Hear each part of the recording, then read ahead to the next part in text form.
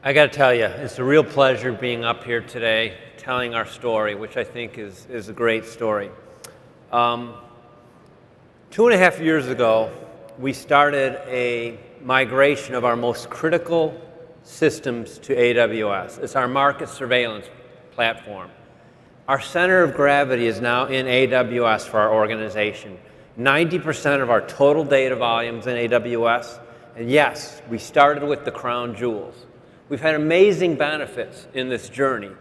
It exceeded all the expectations that we had set out for us, and we learned a lot, and we transformed our IT culture in doing so. So we're FINRA, Financial Industry Regulatory Authority. We're a Wall Street regulator. Our mission is to protect investors by making sure that markets operate fairly and honestly and that there's no market manipulation occurring.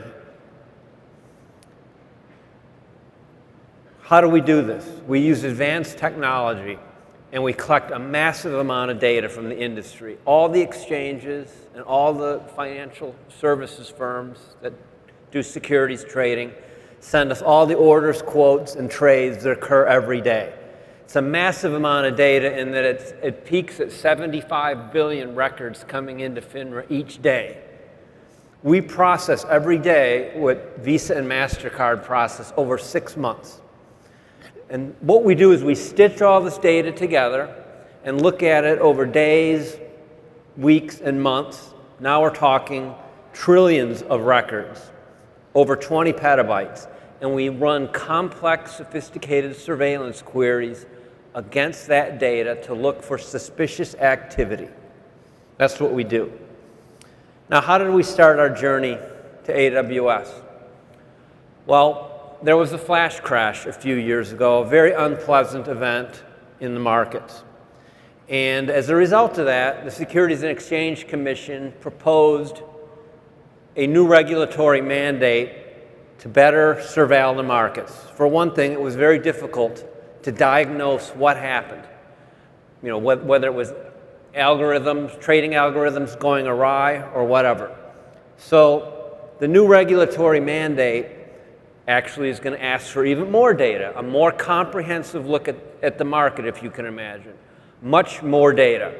Bloomberg, when they talk about it, says it's going to be the biggest database ever built. And so we looked at how we're going to build this thing. And we looked at our current platform, which, as you can imagine, data warehouse appliances, which worked reasonably well to get us to the point where we were. But then when we look at the real challenge forward with the amount of data that we needed to collect, we very quickly determined that we needed something different. And so that's when we began in 2013 looking at public cloud solution with open source big data. That's really where we wanted to take this thing. So we looked at all the cloud providers. We had big data experts.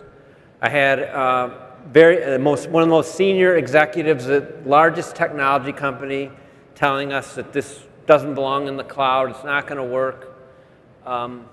So we basically, through a combination of proof of concepts and a lot of analysis with the best and brightest employees at FINRA looking at this, by the end of 2013, we came up with a proposal and a model supported by performance modeling and proof of concepts on what this thing could look like architecturally.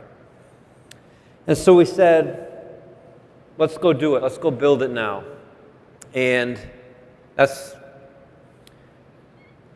why wait for the SEC to make the final decision and working with the industry on when this thing is going to launch? We could use this architecture for our current surveillance platform and database. For all the obvious reasons that we're here for today, to reduce the cost, to get rid of the proprietary infrastructure, and to leverage massive processing and storage scale on demand and at commodity costs. So that's what we did. So beginning in 2014, we began building this new system and started cutting over in mid-2014, and we completed the project in full this past July.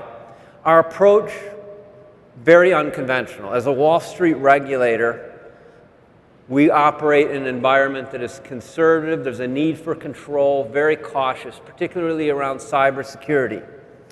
We moved our most mission-critical, data-intensive systems first, very bold. We had 4 principles that defined our strategic approach. The first one was self-sufficiency. We wanted to do this ourselves. Didn't want to rely on vendors. In fact, we had vendors, cloud brokers, coming in one after another, and we very quickly, within a few months, got to the point where our skills were more profound than those of most of the vendors that we were talking in the market.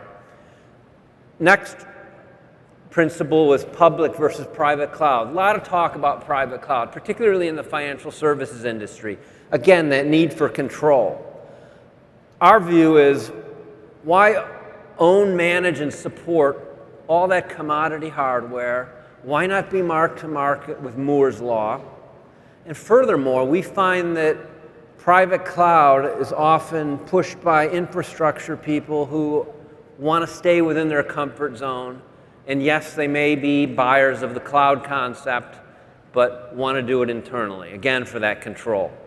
Another principle was open source. We wanted to use open source database products like HBase and Hive. We had streams of proprietary database vendors coming in one after another telling it wouldn't scale, it wasn't mature, it won't work. They've all been wrong. We've proven them all wrong. And then the last key principle is that we weren't going to do a lift and shift. What we wanted to do instead was a ground-up rewrite of our applications in the cloud to take advantage of the cloud model. It's what we call cloud done right.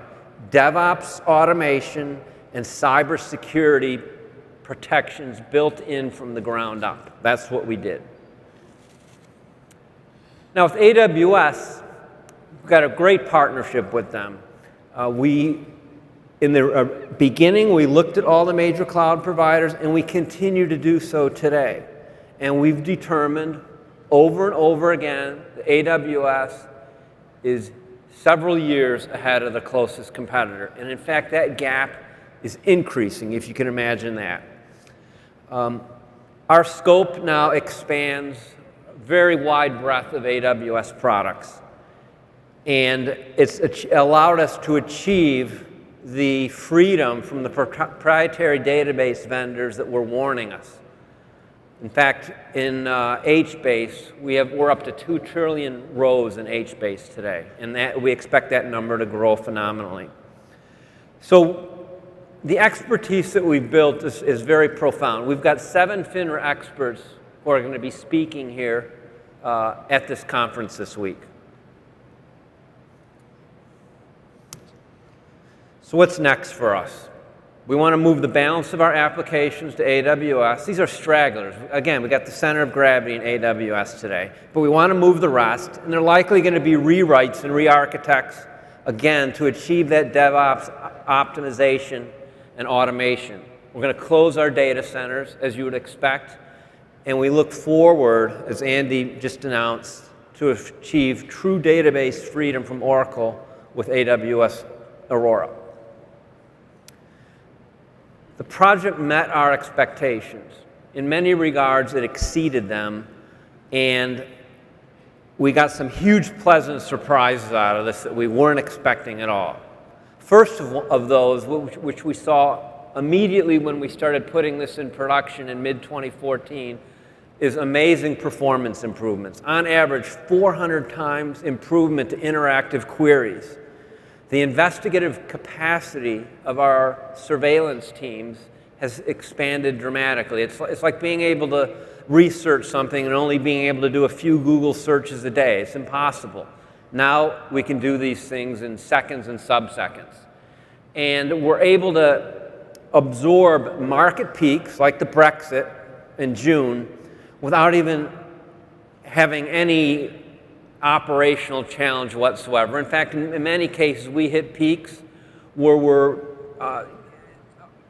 using tens of thousands of nodes momentarily and then taking it all down in EMR and able to handle the volatile peaks that happen in the marketplace without generally even being aware of it until after it happens and we review the logs. Back in 2015, about a year and a half ago, we determined, as many of us have, that cybersecurity is better in the cloud than it is in privately managed data centers for a lot of good reasons that I won't get into. You know, and that bucked a lot of conventional wisdom, which wasn't helped by tabloid headlines saying that, surprise, surprise, Hillary backed up her email in the cloud. Resiliency. This is a more recent observation on our part. Having been CIO of 2 stock exchanges, including NASDAQ, and having been the CIO of Citibank, a lot of time spent on resiliency and disaster recovery. Given that our data is replicated and processed ubiquitously and virtually across tens of data centers, the whole model about resiliency and disaster recovery is changed. And with the public cloud computing done right, the resiliency, you just can't compare it to what you would have in a private data centers. And the last thing I'll say is that we've been very loud in the press and at conferences about our cloud efforts and our success, and we've attracted a lot of attention. We have dozens of companies, big banks, other regulators, financial services firms, coming in to learn from us and our experience. And we've now taken this to the point where we've got commercial relationships with a number of firms to provide that assistance. So I'm really proud of my team in accomplishing this. It's just been an amazing effort. We did it ourselves with the partnership with AWS, and happy, delighted to share that story with you today. Thank you.